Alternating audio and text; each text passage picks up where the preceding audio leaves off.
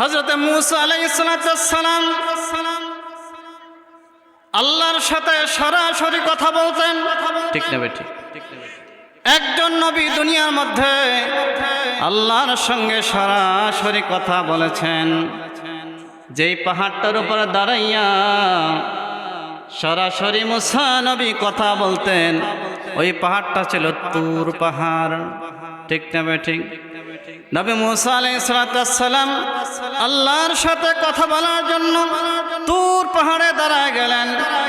আল্লাহকে বললেন, আল্লাহ আমি আপনার সাথে কথা বলতে চাই।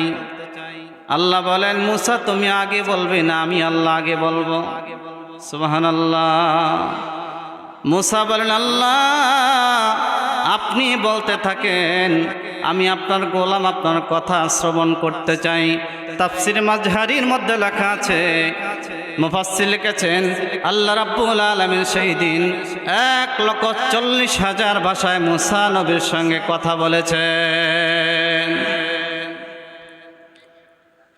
আল্লাহ বলেন, মূসা আমি তোমার সাথে কথা বলতেছি, তুমি বুঝতেছো কিনা? মূসা বলেন, আল্লাহ এতক্ষণ কথাবার্তা শোনার মাধ্যমে আমি আপনার ভাষা কিছুই বুঝতে পারি নাই। সুবহানাল্লাহ বলেন। আল্লাহ বলেন, মূসা রে আমি তোমার মাতৃভাষায় এতক্ষণ কথা বলি নাই, এবার তুমি প্রস্তুত হয়ে যাও, আমি তোমার মাতৃভাষায় এখন কথা বলবো।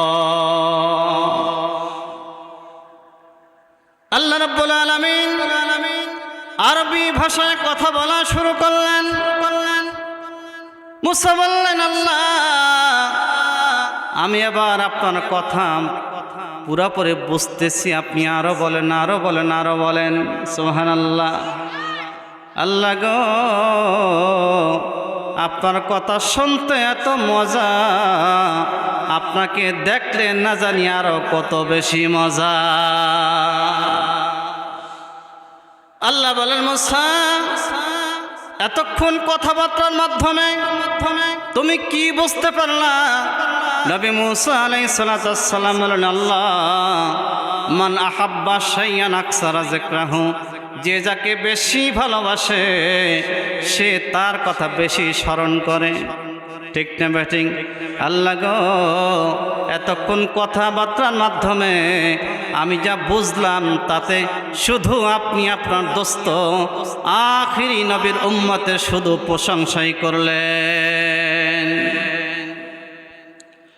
আল্লাহ তাআলা আমি আপনার খেদমতে জানতে চাই, আপনার দোস্ত আখিরি নবীর উম্মতের কি গুণ হবে, তাদের কি গুণাবলী হবে, যে কারণে আপনি তাদের প্রশংসা আমার কাছে করলেন।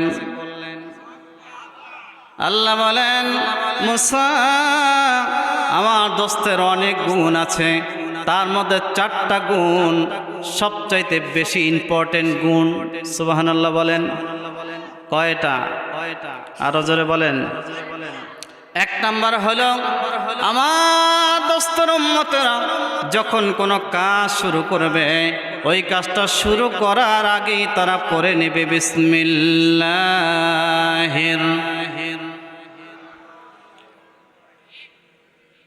ঘরের দরজা খোলার সময় বিসমিল্লাহ, দোকানের দরজা খোলার সময় বিসমিল্লাহ আছে না নাই? আছে না নাই? যে কোনো কাজ শুরু করার শুরুতে বিসমিল্লাহির রহমানির রহিম পড়বে। এটা হলো আমার দোস্ত আখির নবীর উম্মতের প্রথম গুণ। বলেন সুবহানাল্লাহ। আমার দোস্তের উম্মতের 2 নম্বর গুণ হলো আমার যখন কোনো কুদরত দেখবে, কোনো কুদরতের নিদর্শন আমার দেখবে, তারা কোনো কথা স্মরণ করবে না, কোনো কিছুই পড়বে না, তারা সাথে সাথে পড়বে সুবহানাল্লাহ। 3 নম্বর গুণ হলো আমার বন্ধুর উম্মতের 3 নম্বর গুণ হলো যখন তারা আমার কোনো নিয়ামত ভক্ষণ করবে, তখন তারা সাথে সাথে পড়বে আলহামদুলিল্লাহ। কি পড়বে? কয়টা হইল? 4 নম্বর গুণ হলো, ও মূসা আমার দোস্তের উম্মতেরা যখন একজন আরেকজনের সাথে ওয়াদা দিবে তখন সাথে সাথেই তারা পড়বে ইনশাআল্লাহ।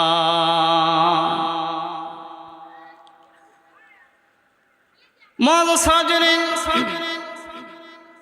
জান্নাতি মেহমান যারা হবে তারা দৈর্ঘ্য হবে হযরতে আদম আলাইহিস সালামের দৈর্ঘ্যের মতন। আরেকটু জোরে বলেন সুবহানাল্লাহ। আল্লাহ রাব্বুল আলামিন আদম আলাইহিস সালামকে 60 হাত লম্বা করে সৃষ্টি করেছিলেন, সুবহানাল্লাহ। তার সিনাটা প্রশস্ত ছিল 7 হাত। কয় হাত? আরো জোরে জোরে। প্রত্যেক জান্নাতে মানুষ লম্বা হবে 60 হাত লম্বা, সিনাটা প্রশস্ত হবে 7 হাত। তাদের বয়স হবে ঈসা নবীর বয়সের মতন, সুবহানাল্লাহ বলেন। নবী ঈসা আলাইহিস সালাম চতুর্থ আসমানে আল্লাহ রাব্বুল আলামিন তাকে উঠায় নিয়েছেন। তিনি যখন আসমানে উঠায় নিলেন তখন তার বয়স ছিল 32 বছর, বলেন সুবহানাল্লাহ। প্রত্যেক জান্নাতের বয়স থাকবে হযরতে ঈসা আলাইহিস সালামের মতন। আল্লাহ রাব্বুল আলামিন বলেন প্রত্যেক জান্নাতের দেহের মধ্যে শক্তি থাকবে হযরতে মূসা আলাইহিস সালামের মতন, বলেন সুবহানাল্লাহ। প্রত্যেক জান্নাতের কণ্ঠ থাকবে হযরতে দাউদ আলাইহিস সালামের কণ্ঠের মতন সুন্দর। পড়েন আল্লাহু আকবার। বিসমিল্লাহির রহমানির রহিম।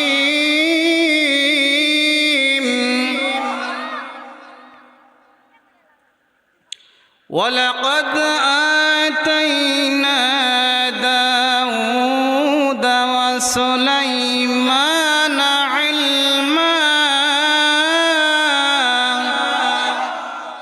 ওয়া ক্বালা আলহামদুলিল্লাহিল্লাযী ফাদ্দালানা আলা কাসীরিম মিন ইবাদিহিল মুমিনিন।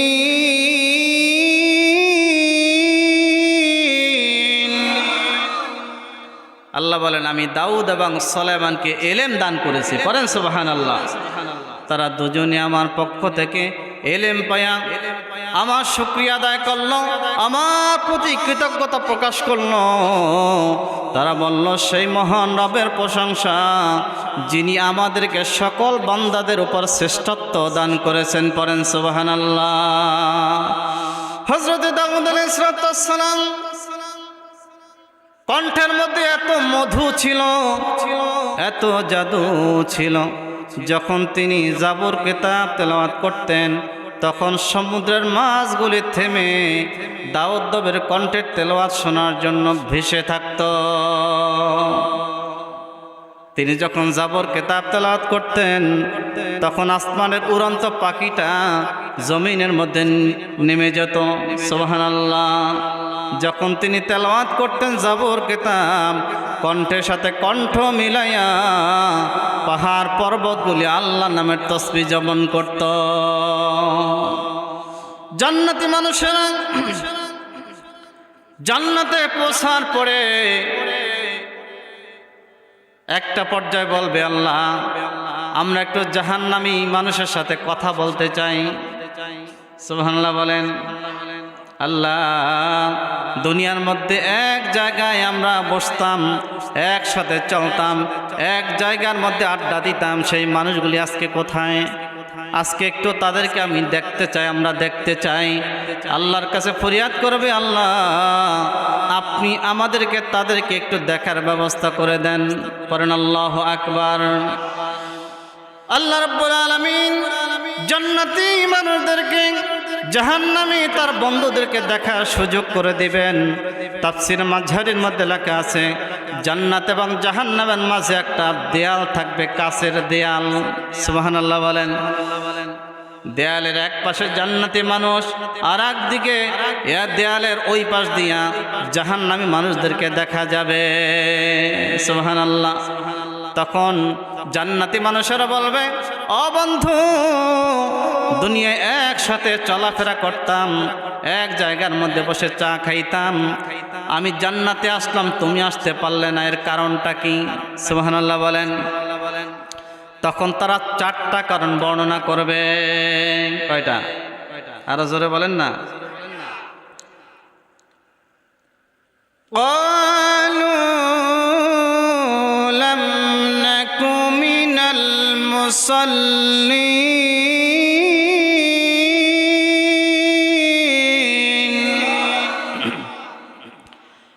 এক নম্বর কারণ বলবে, বন্ধুরে মসজিদের মধ্যে যখন আজান হইতো, আজান শুনিয়া বন্ধু তুমি মসজিদে যাইতা, আমি মসজিদে যাইতাম না, আমি আমার মাথাটা বাঁকা করে অন্য রাস্তায় চলে যেতাম, আমরা নামাজি ছিলাম না, মুসল্লি ছিলাম না। বলেন নাউজুবিল্লাহ।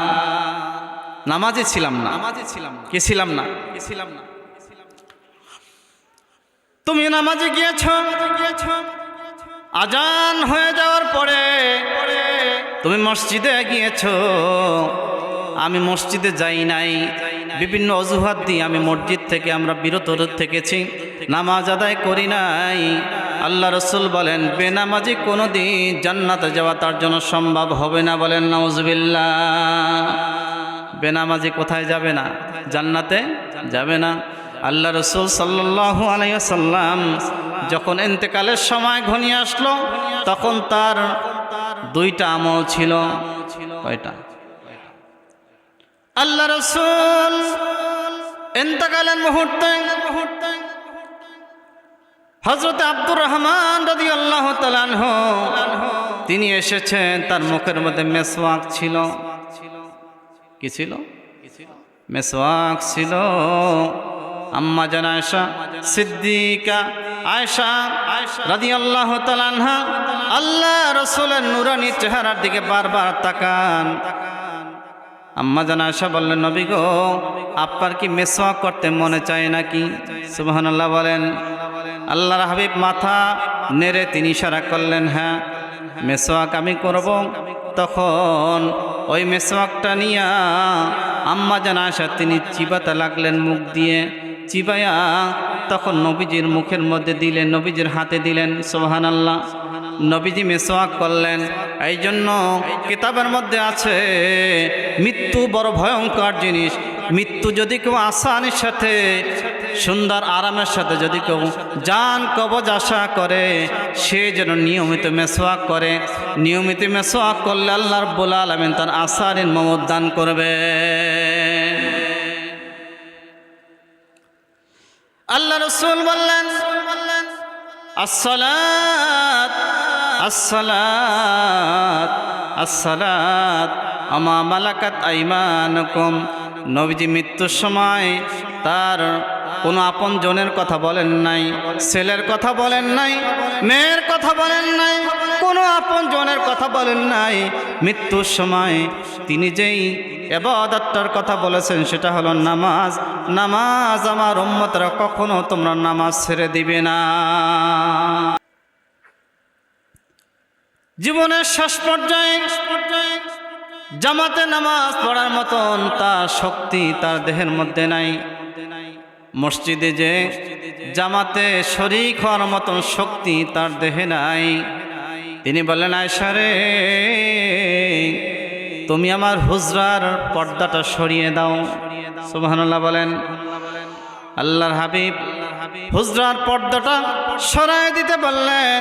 পর্দাটা সরায় দেয়া হলো। নবীজির অনুপস্থিতিতে হযরতে আবু বকর সিদ্দিক রাদিয়াল্লাহু তাআলা আনহু তিনি ইমামতের মুসাল্লায় দাঁড়িয়ে গেলেন। সুবহানাল্লাহ। আমার নবীজি তাকায় দেখতেছেন, মসজিদে নববীর মধ্যে মুসল্লিরা কাতারবদ্ধ হয়ে সকলে বসে আছে। নবীজি চোখ দিয়ে পানি ছেড়ে দিলেন। সুবহানাল্লাহ বলেন। আল্লাহর হাবিবের চোখ থেকে টপ টপ করে পানি ঝরে। একটু পরে নবীজি নিজের চোখের পানি মুছে ফেললেন। সুবহানাল্লাহ বলেন। এরপরে তিনি আবার হাসলেন। আম্মা জান আয়েশা বলেন, ইয়া রাসূলুল্লাহ, ইয়া হাবিবাল্লাহ, আপনি কাঁদলেন আবার হাসলেন, কারণটা জানতে চাই। সুবহানাল্লাহ। আল্লাহর হাবিব বলেন, ও আয়েশা, তুমি যে আমাকে কাঁদতে দেখেছো, এটা আমার কোনো দুঃখের কান্না নয়, এটা আমার সুখের কান্না। সুবহানাল্লাহ। কিয়ামত পর্যন্ত এরকম কান্না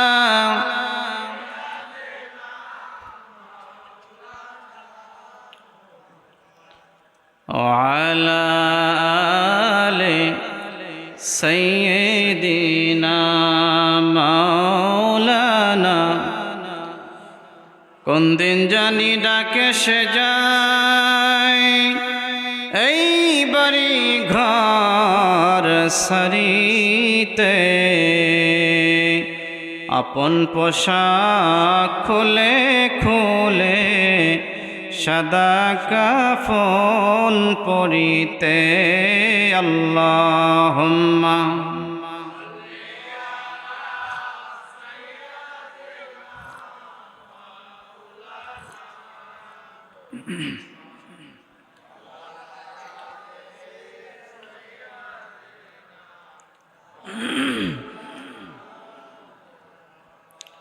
জান্নাতে যাইতে চাই আমরা।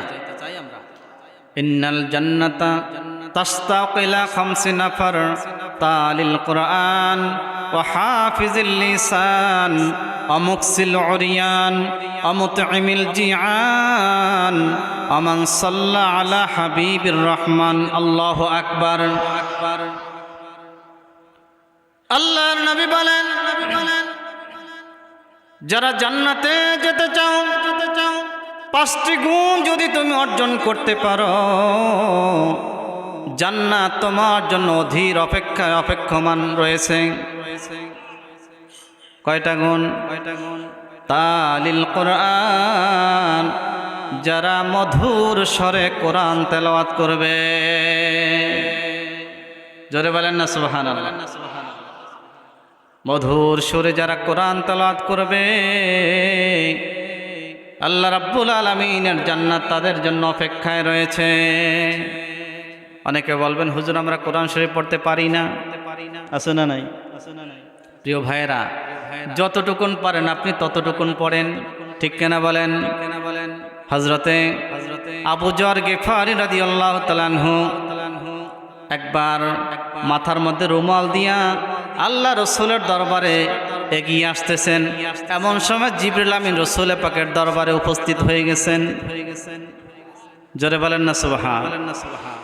জিবরিল বলেন, ইয়া রাসূলুল্লাহ, ইয়া হাবিবাল্লাহ, ওই যে তাকায় দেখেন আপনার সাহাবী আবু যর গিফারি আপনার দরবারে আসতেছে। সুবহানাল্লাহ বলবেন না? আল্লাহর হাবিব বলেন, জিবরিল তুমি কি আমার সাহাবী আবু যরকে চিনো নাকি? সুবহানাল্লাহ। জিবরাইল বলেন, ইয়া রাসূলুল্লাহ, ইয়া হাবিবাল্লাহ, শুধু আমি নই, আসমানের সকল ফেরেশতারা আপনার আবু যর গিফারি সাহাবীকে সবাই চিনে।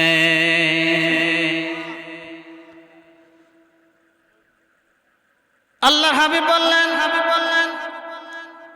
ও ভাই জিবরাইল, আমার আবু যরের কি গুণ রয়েছে যেই গুণের কারণে আমার আল্লাহ তাকে ভালোবাসে, সকল ফেরেশতারা তাকে ভালোবাসে?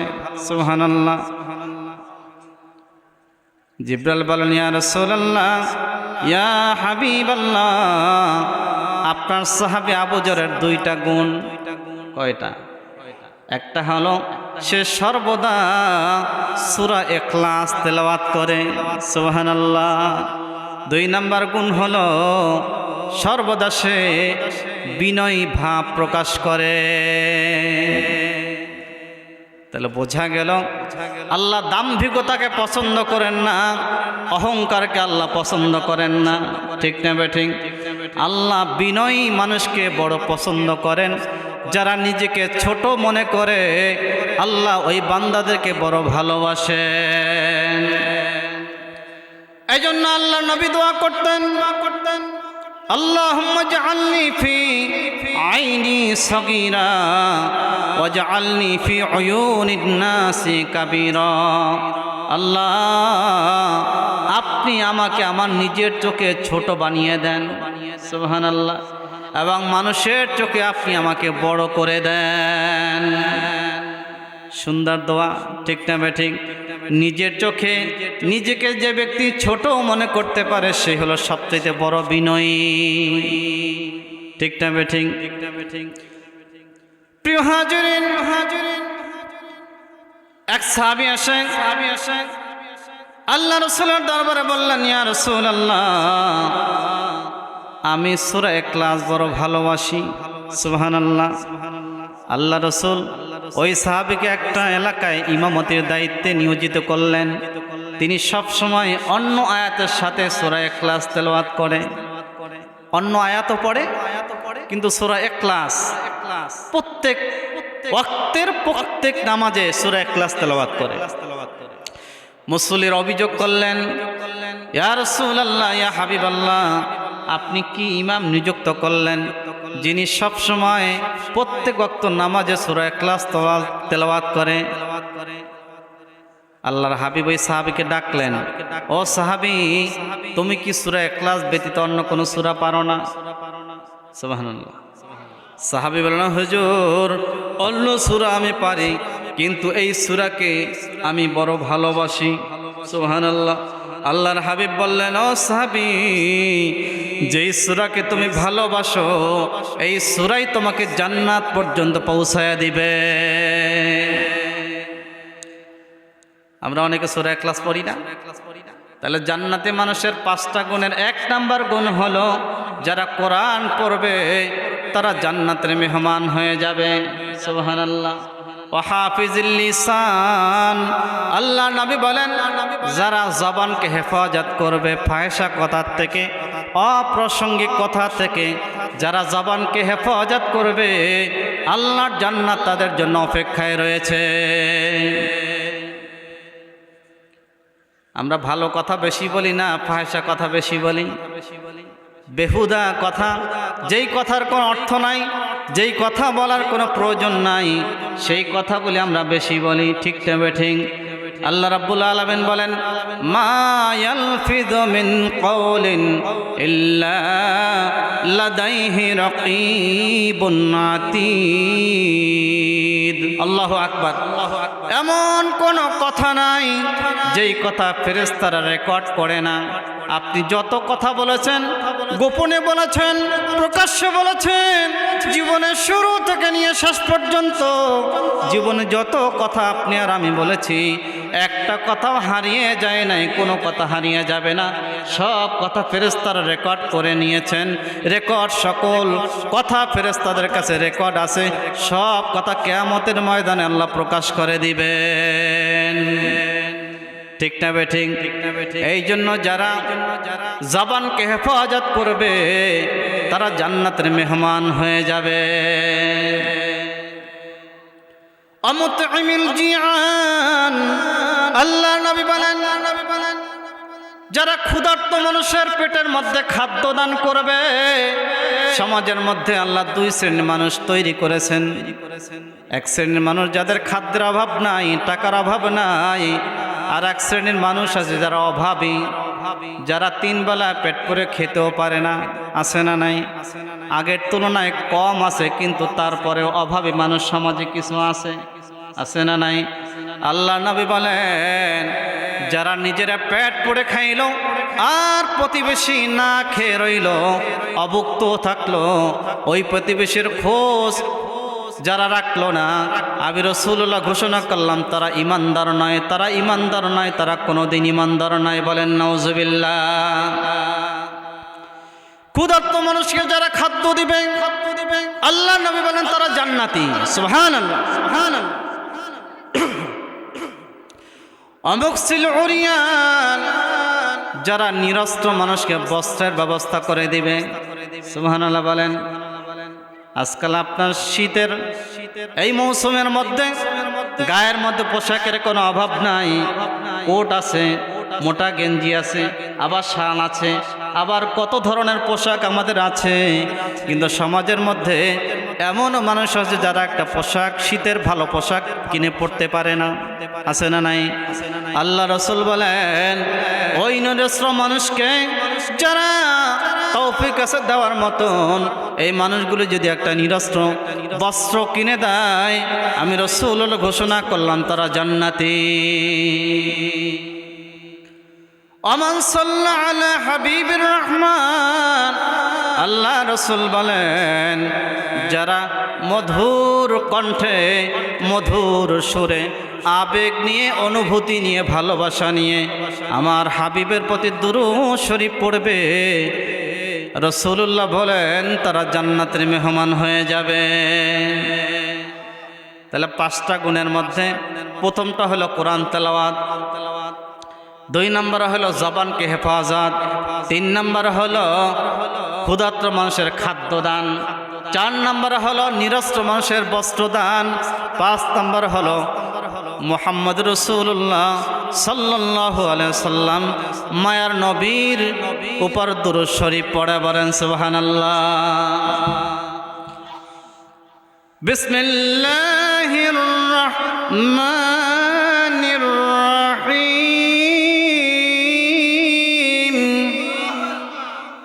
কষ্ট হচ্ছে?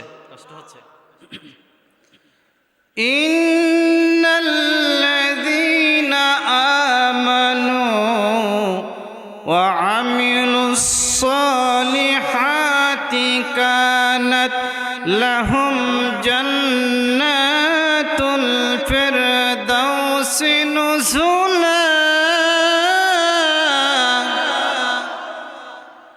নিশ্চয়ই যারা ঈমান এনেছে এবং নেক আমল করেছে, আল্লাহ রাব্বুল আলামিন তাদেরকে জান্নাতুল ফিরদাউসের মধ্যে ঢুকায় দিবেন, জান্নাতুল ফিরদাউসের মেহমান তারা হয়ে যাবে। জোরে বলেন না সুবহানাল্লাহ। 2টা আমল লাগবে। কয়টা? একটা হচ্ছে খাঁটি ঈমান লাগবে, আর একটা হচ্ছে নেক আমল লাগবে। একটা হচ্ছে ঈমান, আর একটা হলো নেক আমল। এই 2টা বস্তু থাকলে আল্লাহ রাব্বুল আলামিন তাদেরকে জান্নাতুল ফিরদাউস দান করবেন। জোরে কান্না সুবহানাল্লাহ। আমরা জান্নাতে যেতে চাই কি চাই না?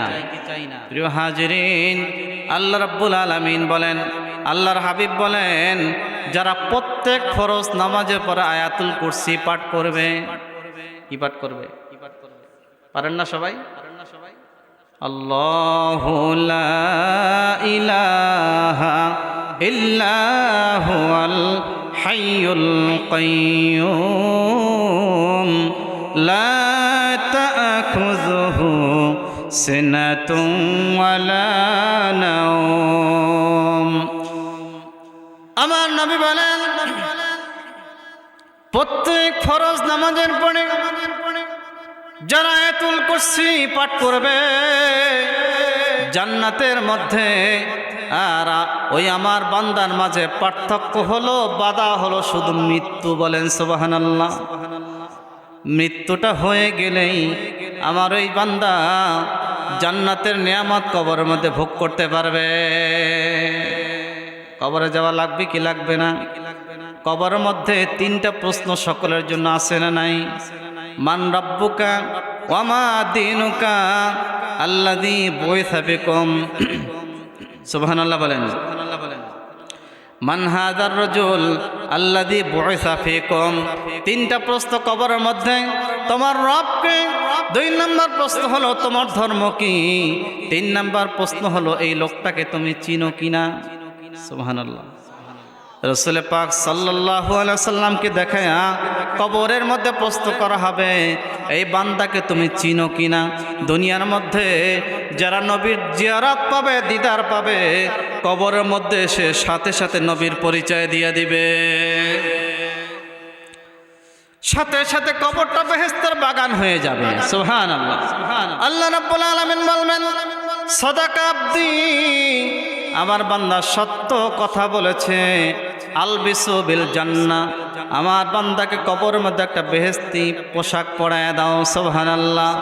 আফরিশু লাহু মিনাল জান্নাহ, জান্নাতের বিছানা তার কবরের মধ্যে বিছায় দাও। বলেন সুবহানাল্লাহ।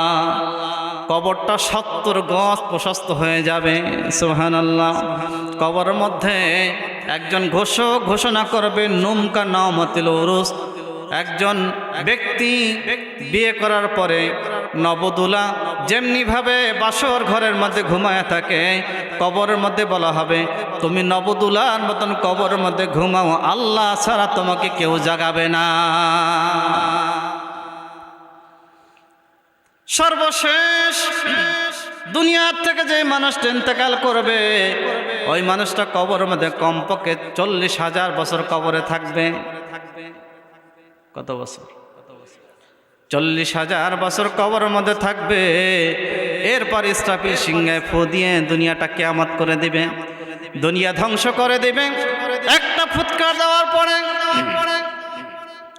পাহাড়গুলি তোলার মতো উঠতে থাকবে, গাছপালাগুলি জমিন থেকে সব উপরে চলে আসবে, সব ধ্বংস হয়ে যাবে, কেবলমাত্র থাকবেন আল্লাহ। ঠিক না বেঠিক? চন্দ্র সূর্য একাকার হয়ে যাবে, আকাশের তারকাগুলি খসে খসে জমিনে পড়তে থাকবে। আল্লাহ রাব্বুল আলামিন বাতাসটাকে কাগজের মতন ভাঁজ করে নিজ কুদরতি হাতে নিয়ে নেবেন। আল্লাহু আকবার। ইসরাফিল সিংহায় ফুৎকার একটা দেওয়ার পরে সবগুলি ধ্বংস হয়ে যাবে। সুবহানাল্লাহ বলেন না? এরপরে সব ফেরেশতাদের জান কবজ হয়ে যাবে। এমন একটা সময় হবে ইসরাফিল তিনিও ইন্তেকাল করবেন। সর্বপ্রথম আর একটা ফুৎকার দেওয়ার জন্য আল্লাহ রাব্বুল আলামিন ইসরাফিলকে জাগ্রত করবেন। সুবহানাল্লাহ। আল্লাহ বলবেন ইসরাফিল তুমি এইবার সিংহায় ফুৎকার দিবে। সুবহানাল্লাহ। সিংহায় ফুৎকার দেওয়ার আগে আমার দোস্তকে কবর থেকে তাড়াতাড়ি জাগাও। আপনার আমার নবী অন্ধকার কবরে তিনি জিন্দা নবী হয়ে ঘুমিয়ে আছেন। ঠিক না ঠিক? আমাদের নবী কি জিন্দা না মুর্দা? আর একটু জোরে বলেন না। আমার নবীজি কবরের মধ্যে তিনি জিন্দা ঘুমিয়ে আছেন। ঠিক না ঠিক? তিনি যখন কবর থেকে আল্লাহ রাব্বুল আলামিন বলবেন ও ইসরাফিল সবার আগে কবর থেকে আমার দোস্তকে কবর থেকে উঠাও, রওজা মোবারক থেকে আমার দোস্তকে সবার আগে উঠাও। সুবহানাল্লাহ।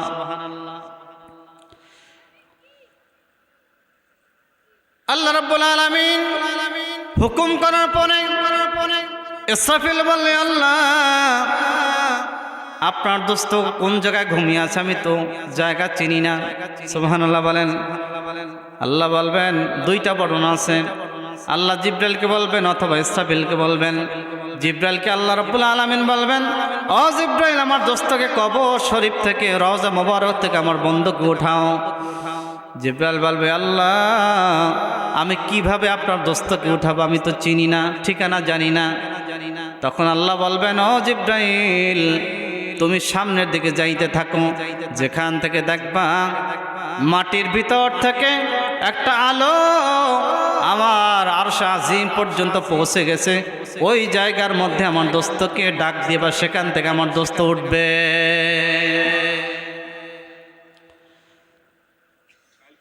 হযরত জিবরাইল আলাইহিস সালাম খুঁজতে থাকবে কোন জায়গা থেকে আলো উঠতেছে। একটা পর্যায়ে সে দেখবে আলো আরশে আজিমের দিকে যাচ্ছে। সুবহানাল্লাহ। ওখানে যে তিনি ডাক দিবেন কুমকুম ইয়া রাসূলুল্লাহ আপনি ওঠেন, আপনি তাড়াতাড়ি ওঠেন। আল্লাহর হাবিব তখন উঠবেন রব্বি হাবলি উম্মতি, রব্বি হাবলি উম্মতি বলতে বলতে হুজুরের মুখের মধ্যে দাড়ির মধ্যে ধুলা লেগে আছে, কর্দমাক্ত হয়ে গেছে। তিনি জাগ্রত হয়ে বলবেন ও জিব্রাইল হাসর ময়দান খালি দেখতেছে, এখান থেকে কোনো মানুষ নাই, কোনো জন নাই। আমার সকল উম্মতকে জাহান্নামে আল্লাহ পাঠায় দিয়েছেন নাকি? জিব্রাইল বলবেন ইয়া রাসূলুল্লাহ ইয়া হাবিবাল্লাহ এখনো কাউকে উঠানো হয় নাই, আপনাকে আল্লাহ রাব্বুল আলামিন সবার আগে কবর থেকে উঠিয়েছেন। আপনি চিন্তা করবেন না, এখন আপনার কোনো উম্মত এখনো আসে নাই। সুবহানাল্লাহ। তখন কবরের ভিতর থেকে ইসরাফিল সিংহায় ফটকা দেওয়ার মাধ্যমে সকল মানুষগুলি কবর থেকে উঠে হাসরের ময়দানে দৌড়াইতে থাকবে। নারায়ে তাকবীর।